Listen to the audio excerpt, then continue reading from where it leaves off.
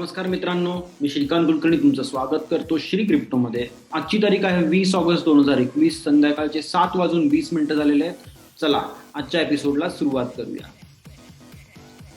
रोजप्रमाणे आपण आता आलेलो आहोत coinmarketcap.com वरती. चला आढावा घेऊया की मार्केटची काय कंडिशन आहे.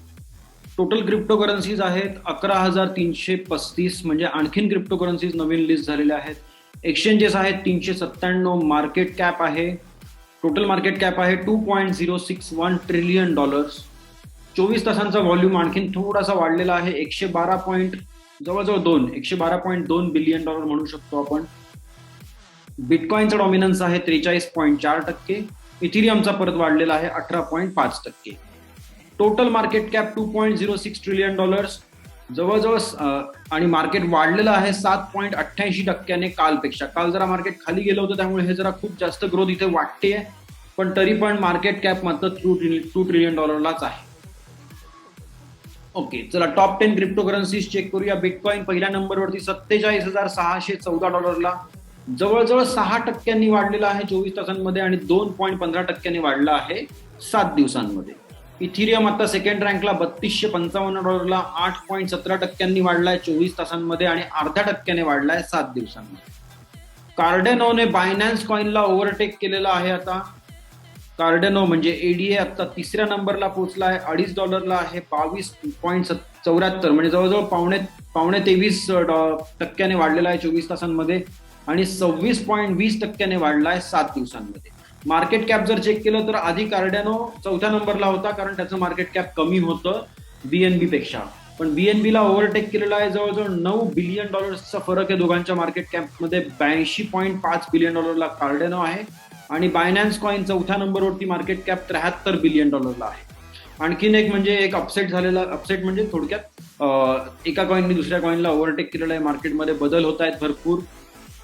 आणि कार्डेनोचे जे स्मार्ट कॉन्ट्रॅक्ट्स आहेत त्याचं काहीतरी अनाउन्समेंट कुठून तरी कोणाला तरी कुणकुण लागलेली असेल की आता स्मार्ट कॉन्ट्रॅक्ट लॉन्च होणार आहेत. रादर त्यांचं प्रॉमिस होतं सप्टेंबर ऑक्टोबर पर्यंत ते लॉन्च करतील. आता ऑगस्ट आता अर्ध्याच्या आसपास पोहोचलोय आपण, त्यामुळे सुद्धा कार्डेनोचं ट्रेडिंग व्हॉल्यूम वाढल्यामुळे पण हे झालं असेल एखाद वेळी. चौथ्या नंबरवरती बायनान्स कॉइन $434, जवळजवळ 5.5% वाढलाय 24 तासांमध्ये आणि 7.89% वाढलाय 7 दिवसांमध्ये. टेदर 5व्या नंबरला स्टेबल कॉइन आहे, त्यामुळे $1. XRP म्हणजे रिपल 6व्या नंबरवरती $1.25, 12.09% वाढलाय 24 तासांमध्ये आणि 22.11% वाढलाय 7 दिवसांमध्ये. 7व्या नंबरला डोज कॉइन 32 सेंटला आहे, $0.3237, 7.14% वाढलाय 24 तासांमध्ये आणि 16.13% वाढलेला आहे 7 दिवसांमध्ये. पोल्का डॉट म्हणजे DOT आता आहे जवळजवळ $28, $27.99, 12.64% वाढलाय 24 तासांमध्ये आणि 27.49% वाढलाय 7 मिनिटांमध्ये. USD कॉइन म्हणजे सर्कल कंपनीचा जो स्टेबल कॉइन आहे तो $1 आहे.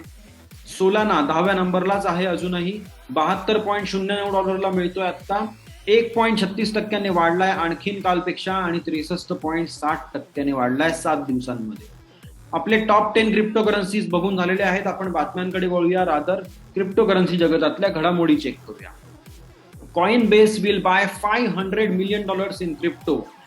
सो Coinbase जे मोठं एक्सचेंज आहे अमेरिकेतलं, ते $500 मिलियन ची क्रिप्टो करन्सी आता विकत घेऊन ठेवणार आहे.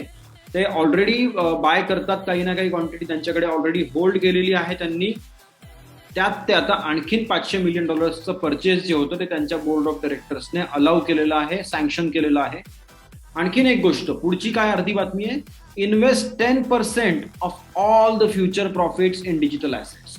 तर पुढचे जे काही प्रॉफिट्स त्यांचे होतील त्यातले 10% ते दरवेळी काढून त्याच्यातून क्रिप्टो करन्सीजच विकत घेऊन ठेवणार आहेत. आणि ब्रायन आर्मस्ट्रॉंग जो CEO आहे त्याचं म्हणणं तर हे पण आहे की हे टक्के जे आहेत 10%, हे पण एखाद वेळी थोडेसे आम्ही नंतर जाऊन वाढवू शकतो. सो थोडक्यात ही $500 मिलियन जर ऑर्डर आता पडली मार्केटमध्ये तर काहीतरी थोडीफार मुवमेंट होईल मार्केटमध्ये. पण समजा यांनी जर हे $500 मिलियन छोट्या छोट्या तुकड्यांमध्ये वेगवेगळ्या क्रिप्टो करन्सी जर विकत घेतल्या तर जास्त काही मुवमेंट दिसणार नाही. पण ही न्यूज वाचून सुद्धा लोक काहीतरी परचेसेस करू शकतात. आणि जर कॉइनबेस परचेस करतंय तर बाकी त्यांचे जे कॉम्पिटिटर्स आहेत ते सुद्धा काही ना काही त्यांचे क्रिप्टो होल्डिंग्स वाढवण्याचा प्रयत्न करतील आणि ओव्हरऑल मार्केट बहुधा पुढे जाऊ शकतं. पुन्हा एकदा गॅरंटीड नाही म्हणत आहे, थोडंफार पुढे मागे होऊ शकतं.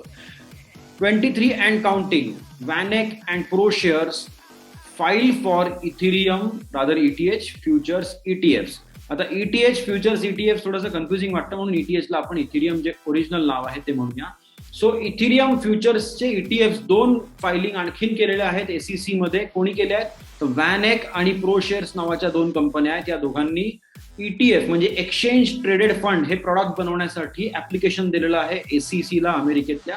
SEC आपल्याकडे जसं इंडियामध्ये सेबी आहे तसंच तिकडे SEC आहे. तर त्यांच्याकडे ऍप्लिकेशन द्यावं लागतं स्टॉक मार्केटशी रिलेटेड काही काम असेल तर, किंवा मग सिक्युरिटी ऑफरिंग ज्यांना आपण म्हणतो त्यासाठी. तर आता टोटल जे आहेत फायलिंगसाठी ऍप्लिकेशन जे पेंडिंग आहेत SEC कडे ते 23 झालेले आहेत. 23 पैकी 10 जरी अप्रूव्ह झाले तरी मार्केट कुठल्या कुठे जाऊ शकतं. पुढच्या बातमीकडे बघूया. Black rock ETFs hold $384 million of shares in bitcoin mining firms. तर ब्लॅक रॉक ETF जे आहे हे प्रोडक्ट पण ऑफकोर्स रजिस्टर्ड आहे, त्याचं ट्रेडिंग चालतं स्टॉक मार्केटला. आणि ते ETFचे जे काही इन्व्हेस्टमेंट्स आहेत तर त्यातले $384 million त्यांनी इन्व्हेस्ट करून ठेवलेले आहेत. कशात? तर वेगवेगळ्या क्रिप्टोकरन्सी मायनिंग, रादर बिटकॉइन फक्त म्हटलं यांनी, पण त्या कंपन्या मे बी आणखीन पण मायनिंग करत असतील, माहिती नाही. सो बेसिकली बिटकॉइन मायनिंग कंपन्या आहेत, त्यांचे शेअर यांनी ब्लॅक रॉक ETFच्या अंडर विकत घेऊन ठेवलेले आहेत. ओके, तसं रॉयट ब्लॉकचेन आहे, मॅरेथॉन डिजिटल होल्डिंग आहे. तर हे सगळे जे आहेत हे मायनिंग कंपन्या आहेत नॉर्थ अमेरिकेमधल्या, आणि त्यांचे शेअर यांनी विकत घेऊन ठेवलेत. सो हे डायरेक्टली ETF म्हणजे काय थोडक्यात, की ते क्रिप्टोमध्येच इन्व्हेस्ट करतायत, पण क्रिप्टोमध्ये काम करणाऱ्या कंपन्यांमध्ये इन्व्हेस्ट करतायत. ते डायरेक्टली बिटकॉइन, लाईटकॉइन, इथिरियम किंवा असं काही विकत घेऊ शकत नाहीत नॉर्मली, आणि त्या टाईपचे ETF अजून SEC ने अलाव केलेच नाहीयेत. ओके, जे कुठले अलाव केलेत ते कसे, की तुम्ही फंड्स रेज करून ते इन्व्हेस्ट करू शकता कंपन्यांमध्ये की ज्या काम करतायत, किंवा तुम्ही डेरिव्हेटिव्ह मध्ये इन्व्हेस्ट करू शकता, फ्युचर्स ऑप्शन्स काहीतरी त्याच्यामध्ये इन्व्हेस्ट करू शकता. पण डायरेक्टली अंडरलाईंग ऍसेटमध्ये अजून तरी या टाईपचं एकही फायलिंग SEC ने अलाव केलेलं नाहीये. पुढे वळूया. Bitcoin gains strength as Faraday's $600 million BTC options expiry approaches. तर आता शुक्रवार म्हणजे आजच, पण आपल्याकडे भारतात आपण GMT + 5:30 म्हणजे ग्रीनविच मीन टाइम पेक्षा पण आपण 5.5 तास पुढे आहोत, तर अमेरिकेपेक्षा आणखीन जास्त पुढे आहोत, राईट. तर त्यामुळे काय होतं की आपल्याकडे आता शुक्रवार आहे, त्यांच्याकडे बहुधा गुरुवारचा, दादा त्यांच्याकडे आता सकाळ झाली असेल शुक्रवारची, आपल्याकडे रात्र होऊन आपण आता दिवसाची सांगता करतोय. तर फ्रायडेला म्हणजे आजच्याच दिवशी फक्त त्यांच्याकडे जे काही टाइम असेल रात्रीचं, त्यावेळी बिटकॉइनचे फ्युचर्स किंवा बिटकॉइनचे ऑप्शन्स जे आहेत ते एक्सपायरी होणार आहेत. किती क्वांटिटीमध्ये ते मी बघितलं नाही, पण ते जेव्हा एक्सपायर होणार असतात तर त्यावेळी लोक सेफर साईड राहण्यासाठी थोडेसे रिअल ॲसेट्स म्हणजे बिटकॉइन घेऊन ठेवतात, की बाबा जर शॉर्ट केलं होतं आणि प्राइस खूप वाढली तर मला हे जे काही भरायचे आहेत बिटकॉइन तर ते मला नंतर महागात घेऊन देण्यापेक्षा आत्ताच मी घेऊन ठेवतो कमी प्राइसला, थोडंसं सेफर साईडसाठी घेऊन ठेवतात, आणि त्या बाईंगमुळे यांची प्राइस वाढली असं यांचं म्हणणं आहे. तसंच आणखीन एक गंमत झालेली आहे की फेडरल रिझर्व्हचे मल्टिपल जे ब्रांचेस आहेत अमेरिकेतले, तर त्यातले एक ब्रांच मधले जे आहेत, रादर एका ब्रांचचे जे गव्हर्नर आहेत त्यांनी म्हटलंय की सो फार what I have seen is 95% fraud, hype, noise and confusion. हे ते क्रिप्टो बद्दल बोलतायत. आता सेंट्रल बँकेच्या माणसांचं किती म्हणणं आपण ऐकायचं क्रिप्टोकरन्सीच्या बाबतीत, हे आपलं मत आहे, आपण ठरवावं. ही ती न्यूज आहे जी डिटेलमध्ये यांनी कव्हर केलेली आहे. हे ते महाशय आहेत ज्यांनी हे स्टेटमेंट दिलंय. असो, तर मिनियापॉलिसची जी फेडरल रिझर्व्ह बँक आहे तिथले ते प्रेसिडेंट आहेत, आणि त्यांचं म्हणणं आहे की ते म्हणत होते 99% म्हणणार होते, पण ठीक आहे जाऊ दे, लेट मी बी चॅरिटेबल, 95% म्हणतात म्हणजे 4% त्यांनी अलाव केले. असो, शेवटी central banking system versus decentralization ही फाईट ही चालू आहे सध्या तरी, आणि त्यात काय होणार आहे, कोण जिंकणार आहे हे आतापर्यंत आपण म्हणू शकत नाही, चेक करू शकत नाही, पण this is history in the making म्हणून आपण काय म्हणूया, बघूया पुढे काय होतं ते.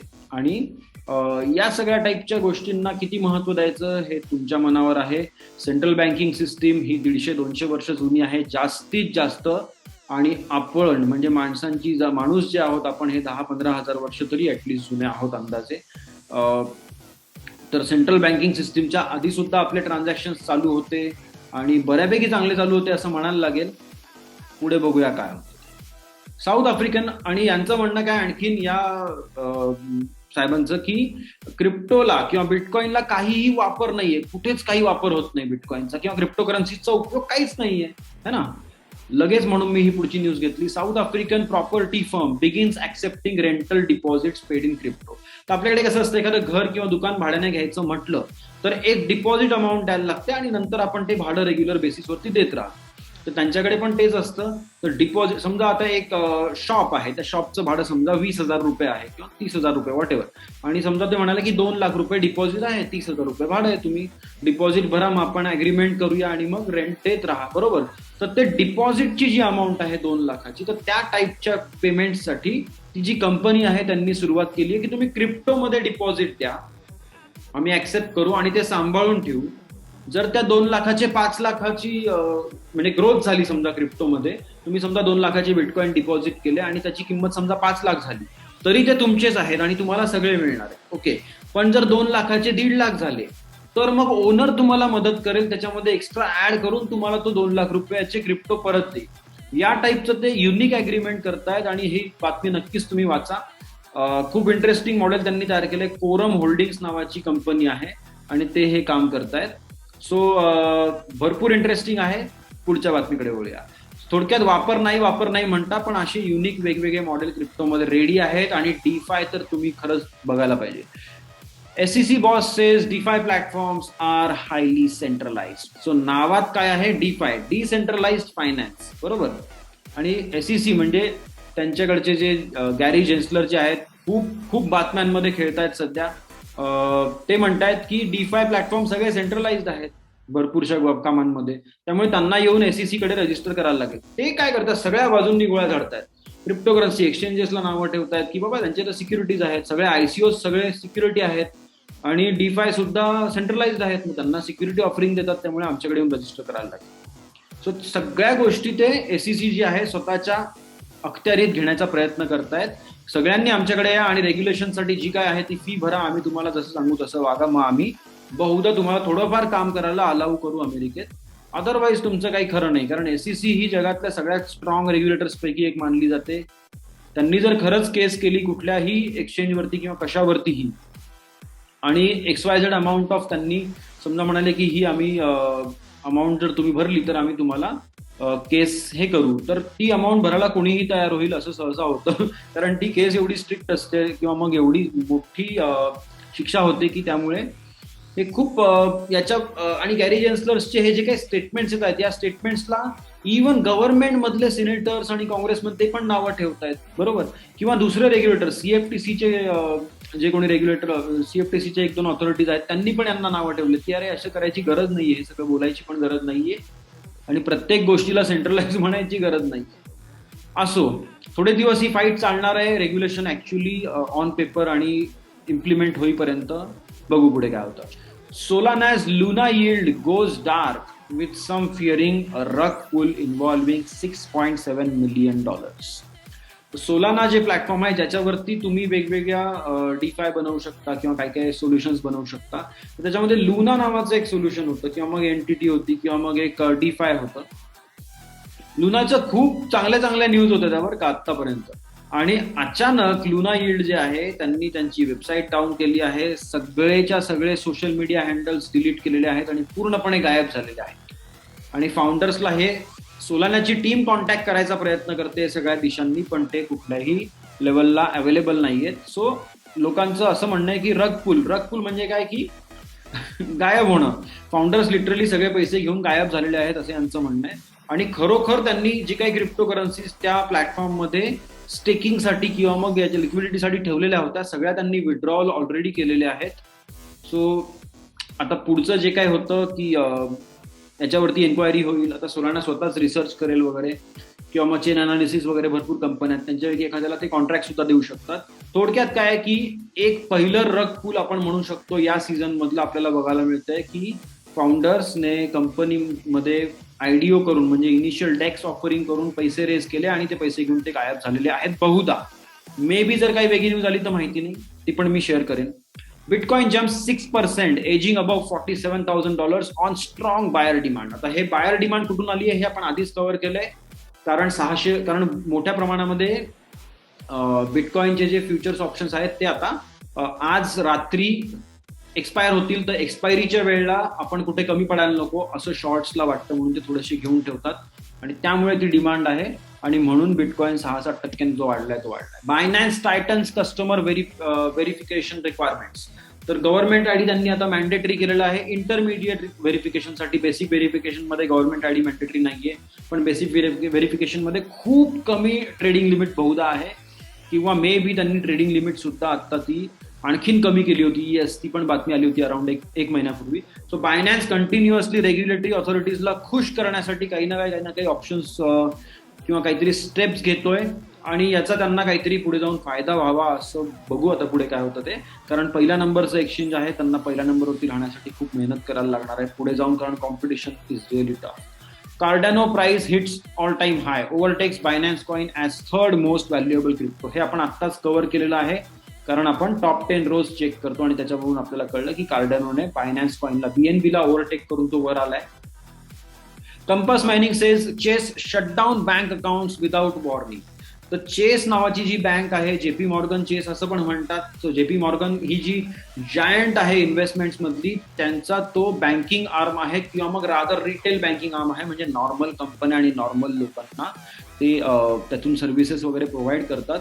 तर रिटेल बँकचं ते जाऊ द्या, त्यांचे जे ऑथॉरिटी आहेत आत्ता यांचे कंपास मायनिंगची, त्यांनी काय म्हटलंय, shout out to Chase for shutting down Compass mining accounts for doing our part to replace the old guard with self sovereign future focused supporters of hard money. आता या ठिकाणी हार्ड मनी याचा अर्थ आहे crypto currency. Okay, आणि self sovereign म्हणजे काय, की आम्ही मुक्त आहोत. रादर फ्रीडम या गोष्टीचा अर्थ किंवा मग सॉव्हरेनिटी या गोष्टीचा अर्थ आजच्या लोकांना किंवा जनरेशनला समजणं ऍक्च्युली कठीण झालेलं आहे.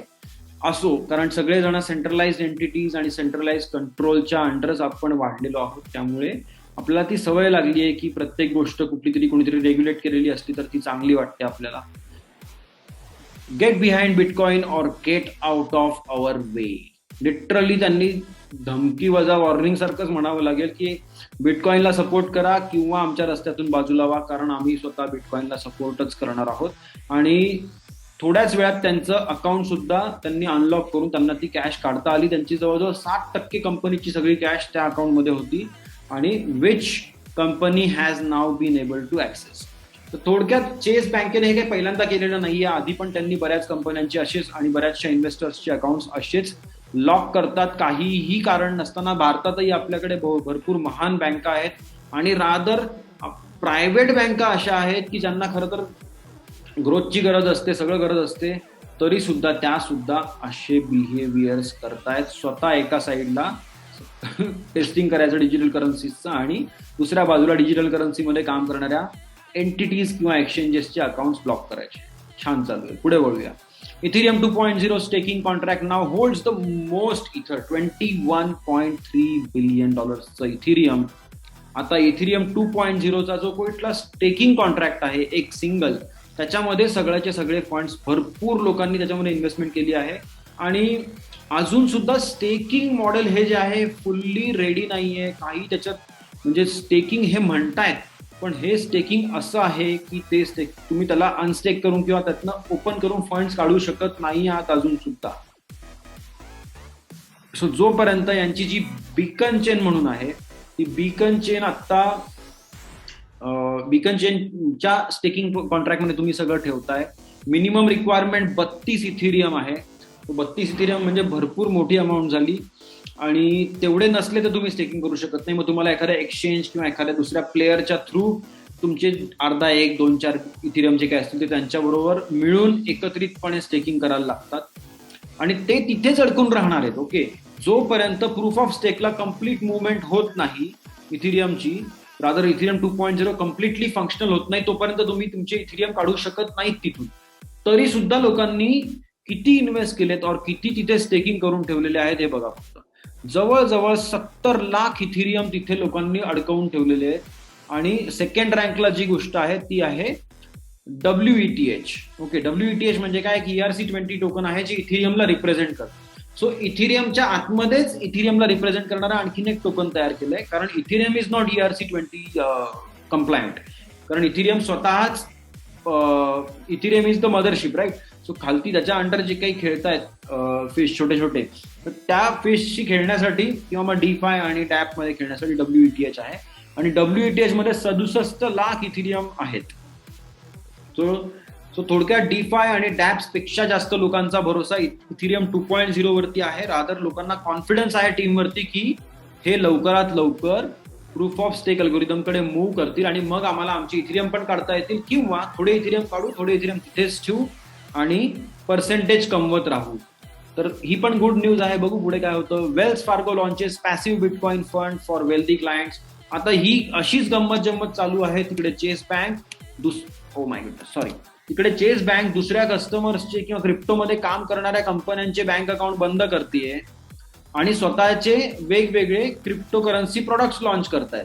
चेस बँकेने पण लॉन्च केलेले आहेत. ओके, आणि इथे आता ही न्यूज काय आली आहे की वेल्स फार्गोने त्यांचं पॅसिव्ह बिटकॉइन फंड लॉन्च केलेलं आहे. तर हे कंटिन्युअसली चालूच राहणार आहे. आणि बघा आता इथे काय न्यूज आहे. Visa adds crypto payment startup Wyre to its fast track payments program. So Visa, Mastercard किंवा मग पेमेंट सिस्टीम्स किंवा मग बँकाच्या जुन्या बँका आहेत, या सगळ्या क्रिप्टो करन्सीजला अडॉप्ट करण्यासाठी उतावळे आहेत ऍक्च्युली लिटरली. पण त्यांना जे ऑलरेडी एक्झिस्टिंग प्लेयर्स आहेत स्ट्रॉंग क्रिप्टो मधले, त्यांना वरती लवकर येऊ द्यायचं नाहीये. त्यामुळे हे सगळे खेळखंडोबा जो असतो तो चालू असो. आता विजाने पार्टनरशिप केलेली आहे वायर बरोबर, आणि त्यांना त्यांच्या फास्ट ट्रॅक पेमेंट प्रोग्राम मध्ये घेतलंय, जेणेकरून मल्टिपल टाईपचे ऑप्शन्स आणि मल्टिपल टाईपचे सर्व्हिसेस वायर सुद्धा त्यांच्या कस्टमर्सला देऊ शकेल, आणि काहीतरी बेटर गोष्ट घडू शकेल वायरच्या अंडर सुद्धा. पुढे होऊया. Central bank of Somalia launches new payment system, reveals plans to print new shilling bank notes. तर सोमालियामध्ये शिलिंग नावाची करन्सी चालते, आणि भरपूर वॉर हे ते भरपूर प्रॉब्लेम झाल्यानंतर आता त्यांच्या डोक्यात असं आलेलं आहे की आमच्याकडे जे काही बँका आहेत त्यांना चांगलं पेमेंट नीट करताय, म्हणून ते एक डिजिटल सिस्टीम तयार करतायत, आणि नोटा सुद्धा जुन्या सगळ्या रद्दबादल करून बहुधा नवीन नोटा प्रिंट करतील, असं त्यांचा प्लॅन आहे. पुढच्या न्यूजकडे वळूया. World's largest online art gallery DeviantArt collaborates with OpenSea to detect potential NFT infringement. आता डिजिटल आर्ट्सची मोठी गॅलरी आहे डेव्हियन आर्ट, आणि डेव्हियन आर्ट हे यांनी पार्टनरशिप केली OpenSea बरोबर. OpenSea जगातला सगळ्यात मोठा NFT प्लॅटफॉर्म आहे. तर हे दोघं मिळून चेक करणार की कोणी चुकून किंवा मुद्दामून एखाद्या ऑलरेडी एक्झिस्टिंग आर्ट की ज्याची ओनरशिप कुठल्या तरी वेगळ्या माणसाकडे आहे, तर त्याला कोणी NFT मध्ये कन्वर्ट करून तर विकत नाही ना, हे क्रॉस चेक करण्यासाठी यांनी एक पार्टनरशिप केलेली आहे. याचा चांगला फायदा होईल फ्युचरमध्ये. बघा, CBDCच्या बातम्या थांबतच नाहीयेत. Bank of Thailand to test retail digital currency. आता यांची पण CBDC येते आहे 2022च्या मध्यभागापर्यंत. ते त्याला पायलट प्रोग्राम लॉन्च करून चेक करणार आहे. Putin orders Russian government to prepare to check officials with crypto assets. आता जे काही प्रत्येक पॉलिटिशियनला आणि बऱ्याचशा ऑफिसर्सला सुद्धा जे मोठ्या पोझिशनवरती असतात त्यांना फायलिंग करावं लागतं. त्या फायलिंगमध्ये सांगायला लागतं की तुमच्याकडे काय काय ॲसेट्स आहेत. तर जेवढ्या लोकांनी सांगितलं असेल की आमच्याकडे एवढ्या क्रिप्टो करन्सी आहेत, तेवढ्या क्रिप्टो करन्सी आहेत, तर त्यांची एन्क्वायरी करून त्यांच्याकडे खरंच किती क्रिप्टो करन्सी हे क्रॉस चेक करण्याचे ऑर्डर्स रशियाचे प्रेसिडेंट जे आहेत पुतीन त्यांनी दिलेली आहे. So they just want to know maybe की कोणाकडे किती पडले आहेत. Dutch central bank wants Binance is legally offering crypto exchange services in Netherlands. तर सेंट्रल बँक ऑफ नेदरलँड किंवा मग डच सेंट्रल बँक जी आहे त्यांनी वॉर्निंग पाठवलेली आहे बायनान्सला, आणि सांगितलेलं आहे की तुम्ही आमच्या देशामध्ये रेग्युलेशनच्या थ्रू न जाता तुम्ही क्रिप्टो करन्सीचे एक्सचेंज सर्व्हिसेस प्रोव्हाइड करताय. थोडक्यात तुम्ही आमच्या थ्रू या, जे काही रेग्युलेटरी कंप्लायन्स इश्यूज आहेत ते सॉल्व्ह करा, आणि मग नंतर पुढचे कामं करायला तुम्हाला बहुधा आम्ही अलाउ करू. Salvadorian finance minister states bitcoin use will be optional. तर बिटकॉइनला लीगल टेंडर बनवलं होतं जून महिन्यामध्ये, तो लॉ पास झाला होता, आणि आय थिंक ऑगस्ट पासूनच त्याचं इम्प्लिमेंटेशन स्टार्ट झालं की तुम्ही बिटकॉइन पण ऍक्सेप्ट करू शकता दुकानदार, आणि त्यांच्याकडची जी करन्सी आहे बेसिक ती पण ऍक्सेप्ट करू शकता. पण आता फायनान्स मिनिस्टर काय म्हणतात की ते मॅन्डेटरी नाहीये, ते ऑप्शनल आहे. म्हणजे थोडक्यात काय की लिगल टेंडर म्हणजे काय, की समजा मी जर 500ची नोट दिली एखाद्या दुकानदाराला तर तो तिला नाही म्हणू शकत. ओके, तसंच त्यांनी बिटकॉइनला लिगल टेंडर बनवलंय. सो मी जर म्हटलं की नाही 500 रुपयाचे मी बिटकॉइन पाठवतो तर त्यांनी ते ऍक्सेप्ट केले पाहिजे. हे योग्य आहे. पण इथे ऑप्शनल म्हणजे त्यांचा अर्थ बहुधा असा होता की मी पेमेंट लोकल करन्सीमध्ये किंवा बिटकॉइनमध्ये दोघांमध्ये करू शकतो, पण मी जेव्हा म्हटलं की मी करतोय त्यानंतर त्या समोरच्याला ऍक्सेप्टच करायचं. पण याचा त्यांनी काहीतरी बातमीमध्ये वेगळा अर्थ काढायचा प्रयत्न केलाय. I don't know Y.